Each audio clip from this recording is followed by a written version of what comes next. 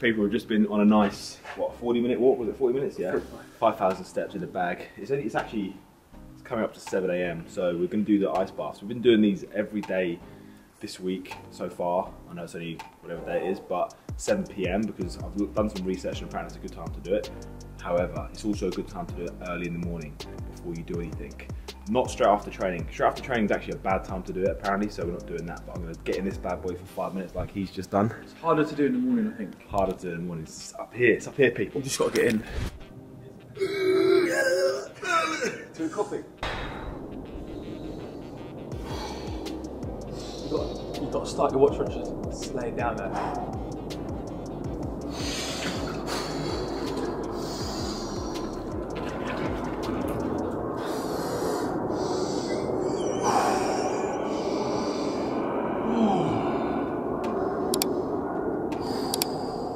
How long was it? Feels right though, doesn't it? Oh, Feels right what you're in. definitely harder in the morning. Huh? But we have been up for like an hour or more already. Oh, I think getting out of bed, getting straight in this is impossible. Do some people do that? What, get out of bed straight in it? Yeah, it's not normal. My little toe. Oh, You can chuck my little toe. Wait, do you want any hard-boiled eggs? yeah. How many? 3.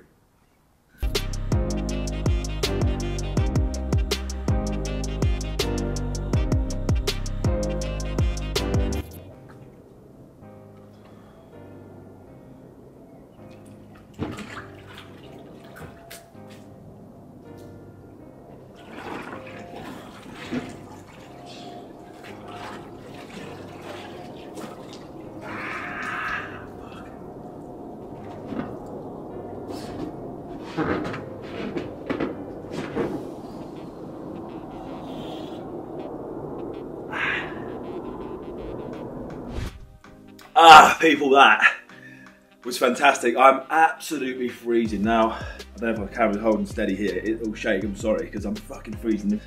Fucking hell, it's freezing. So after I do my ice baths, I am cold for like a good 2-3 hours afterwards. Henny's now jumping in a hot shower, which you shouldn't really do. He has got to go to work. Doing that before 7 AM is tough, but it feels unbelievable. Fuck, it's cold. Right, now we have warmed up slightly. I can actually talk to the camera without shaking. So it takes me a lot longer than James to get warmed up. So he's literally, once he's done it, he's out there, he's waiting out there for me sometimes to finish. Because once you're out there, it doesn't feel cold outside. It's crazy. But anyway, what I thought I'd do is talk to you quickly about some benefits of ice bath therapy, basically. Now, there's some good times to do it and some bad times to do it. I've only recently done some research on this because I've only recently got one.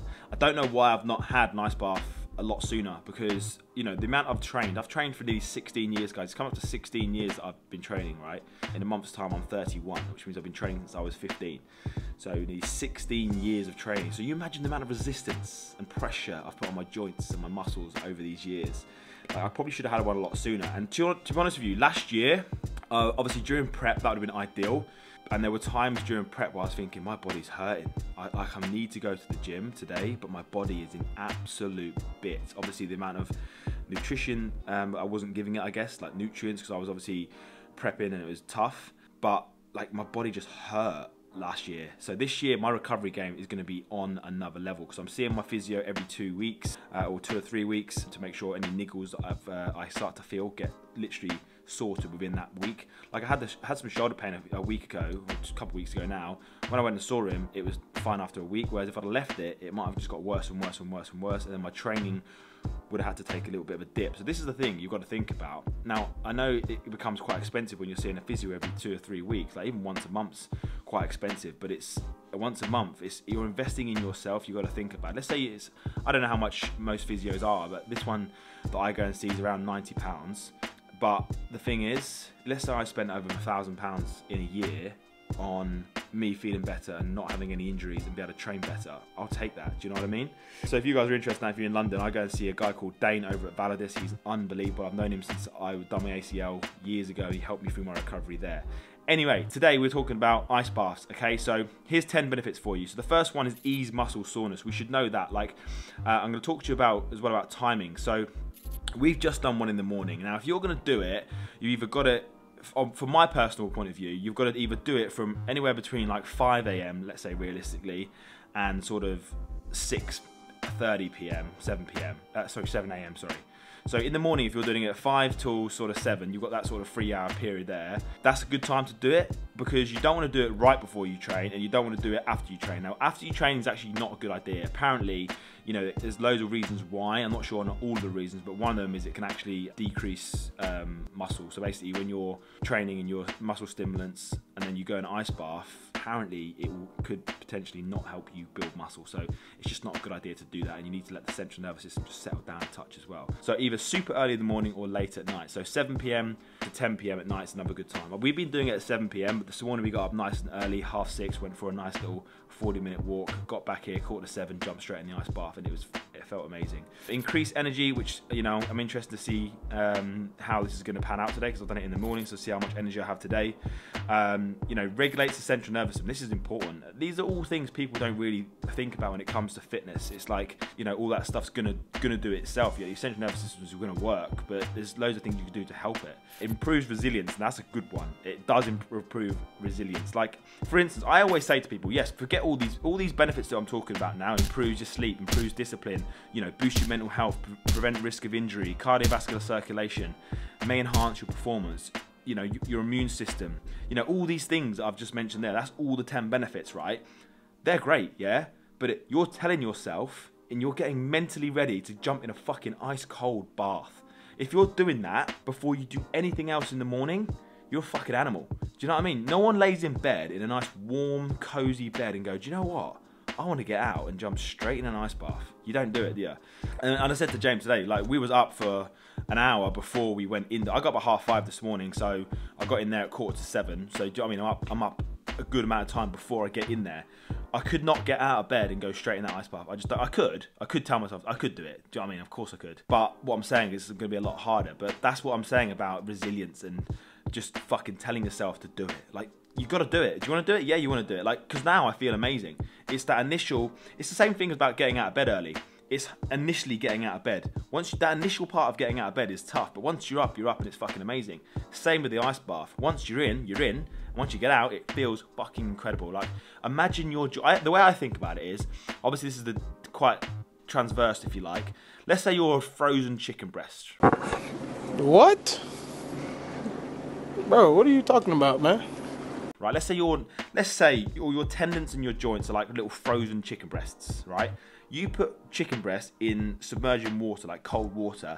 How long does that take that water to get right to the core of that chicken breast and defrost? Right, so it's sort of working its way in right to the center to then defrost it. This is kind of working the opposite way. Let's say all your joints and your tendons, because this is the biggest thing that I think about is the inflammation in the joints. Let's say they're all inflamed. Let's say they're all inflamed. How long does that take the water or the coldness to get through my body to then calm those tendons and the joints down? Because that for me is the biggest game changer.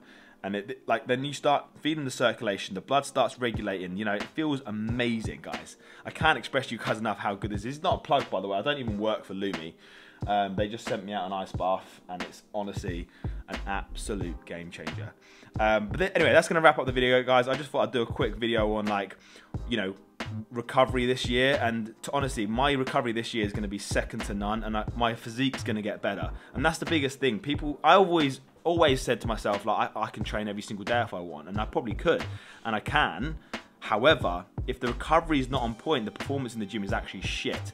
And what I try and teach my clients and tell them is that you need to work on everything outside the gym that's going to enhance your performance in the gym. Otherwise, you're just using the gym as a tick box exercise, and that is not what it's all about. You need to get in that gym and you need to give it 110% if you want to get the body that you desire.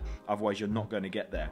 You know, getting enough sleep, drinking enough water, getting enough steps in a day, eating the right amount of protein, an ice bath, you know, all these things accumulated together over time are going to help you, you know, feel better overall anyway, but most importantly, you're going to get that performance you're looking for in the gym, and that's where the results are going to come from. So technically, it's the recovery process that helps the actual end goal. It's not what you do in the gym, it's how you can perform in the gym, and that comes from recovery. But guys, that's the video today. I just thought I'd do a quick one talking about the recovery and how I'm going to be doing things this year, and hopefully it will help you guys know and learn a little bit more about recovery. Guys, stay fit, stay healthy, stay safe.